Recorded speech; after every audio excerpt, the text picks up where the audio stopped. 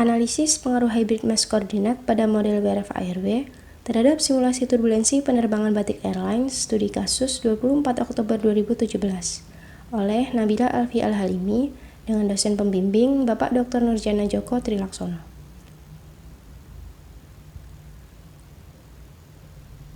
Pernahkah kalian melakukan perjalanan melalui jalur udara?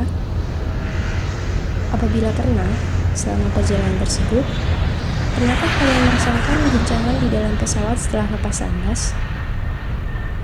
Guncangan tersebut terjadi akibat adanya turbulensi di atmosfer. Wah, apa itu turbulensi? Jadi, turbulensi adalah gerak udara yang tidak teratur. Biasanya diakibatkan oleh perubahan kecepatan angin yang kuat di ketinggian yang berbeda. Lalu, kapan kita merasakan guncangan tersebut?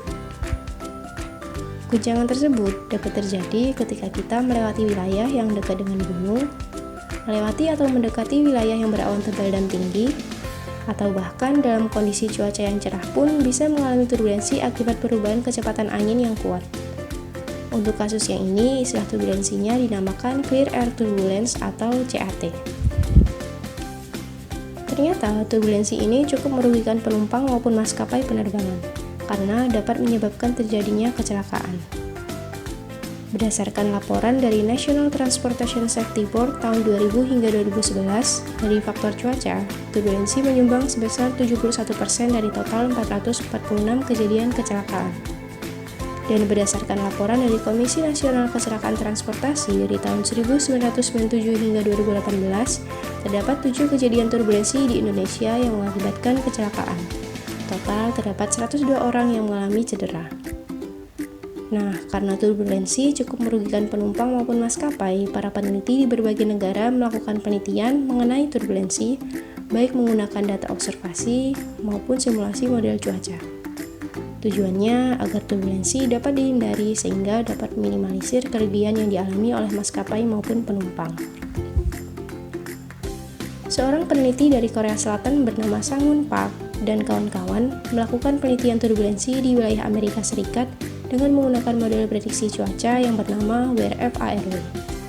Salah satu penelitian beliau yaitu mengubah koordinat vertikal ketika melakukan simulasi. Simulasi pertama, koordinat vertikalnya menggunakan basic sigma koordinat, dan simulasi kedua menggunakan hybrid sigma koordinat. Pada basic sigma koordinat, distribusi vertikalnya mengikuti bentuk topografi di permukaan hingga level atas. Sedangkan pada hybrid sigma koordinat, distribusi vertikal bagian bawah saja yang mengikuti bentuk topografi di permukaan. Hasil penelitian Park yaitu basic sigma koordinat ternyata memiliki error pada lapisan atas akibat pengaruh topografi permukaan. Nah, masalah ini dapat diselesaikan dengan menggunakan hybrid sigma koordinat karena transisi ke permukaan yang lebih tinggi menjadi konstan pada level menengah dan atas. Park telah melakukan penelitian koordinat hybrid di wilayah Amerika Serikat. Lalu, bagaimana ya jika koordinat hybrid ini digunakan untuk simulasi turbulensi di wilayah Indonesia? Kita tahu bahwa kondisi atmosfer di wilayah Amerika Serikat berbeda dengan Indonesia. Lalu, apakah koordinat hybrid ini memberikan pengaruh yang sama? Untuk menjawab pertanyaan tersebut, akan dilakukan sebuah penelitian menggunakan koordinat hybrid pada studi kasus turbulensi yang dialami oleh pesawat Batik Airlines. Pesawat tersebut mengalami turbulensi ketika akan melakukan penerbangan dari Jakarta menuju Medan pada tanggal 24 Oktober 2017. Turbulensi terjadi pada pukul 09.59 UTC di ketinggian 24.500 kaki. Langkah-langkah pada penelitian ini yaitu pertama, menyiapkan data yang bernama NCEP-FNL. Data ini digunakan untuk inisial awal dan batas pada simulasi model WRF-ARW. Kemudian, simulasi model akan dilakukan. Simulasi pertama menggunakan koordinat vertikal yang bernama basic terrain following atau basic sigma koordinat. Dan simulasi yang kedua menggunakan koordinat vertikal yang bernama hybrid terrain following atau hybrid sigma koordinat. Setelah itu, hasil simulasi akan diverifikasi untuk mengetahui simulasi mana yang memiliki hasil yang mendekati real. Data yang digunakan untuk membandingkan hasil simulasi adalah data Citra Satelit Himawari dan data sounding. Setelah diverifikasi, akan dilakukan analisis. Dan hasilnya adalah pertama, hasil verifikasi. Diagram ini dinamakan diagram Taylor. Diagram Taylor digunakan untuk menunjukkan hasil verifikasi dari kedua simulasi pada berbagai parameter meteorologi. Sumbu X dan Y menyatakan nilai standar deviasi dan garis radial menyatakan nilai korelasi. Sedangkan untuk garis radial putus-putus ini menyatakan nilai standar deviasi dari data observasi.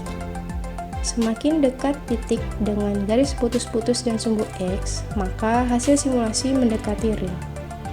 Dari diagram tersebut, hasil verifikasi menunjukkan bahwa kedua simulasi model dianggap baik, karena hanya memiliki perbedaan yang kecil sehingga tidak terlalu signifikan.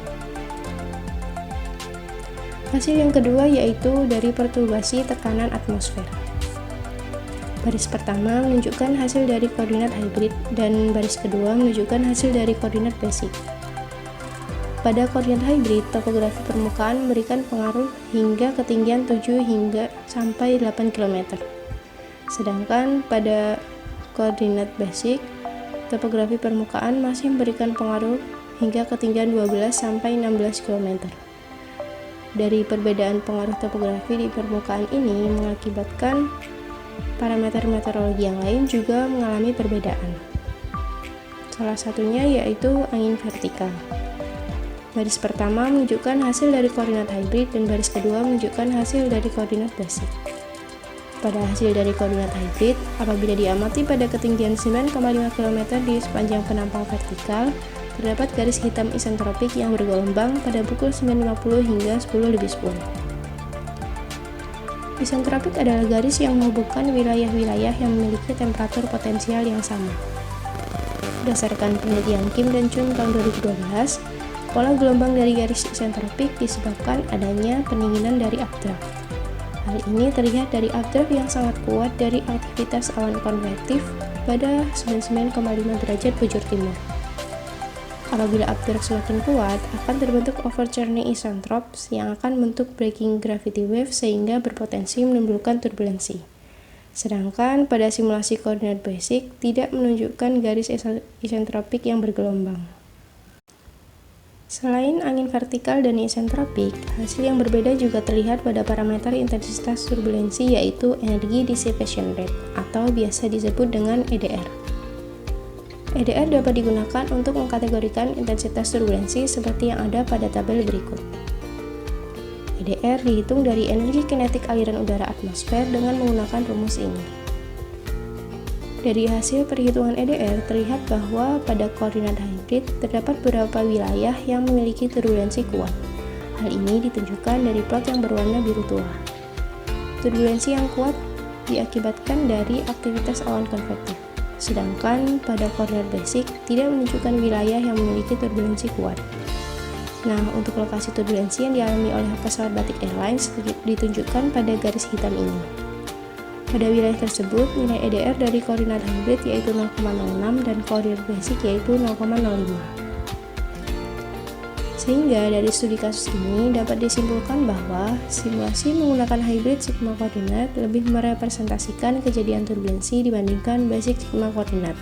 Intensitas EDR-nya sebesar 0,06 untuk hasil simulasi hybrid mass koordinat dan 0,05 untuk hasil simulasi basic mass koordinat.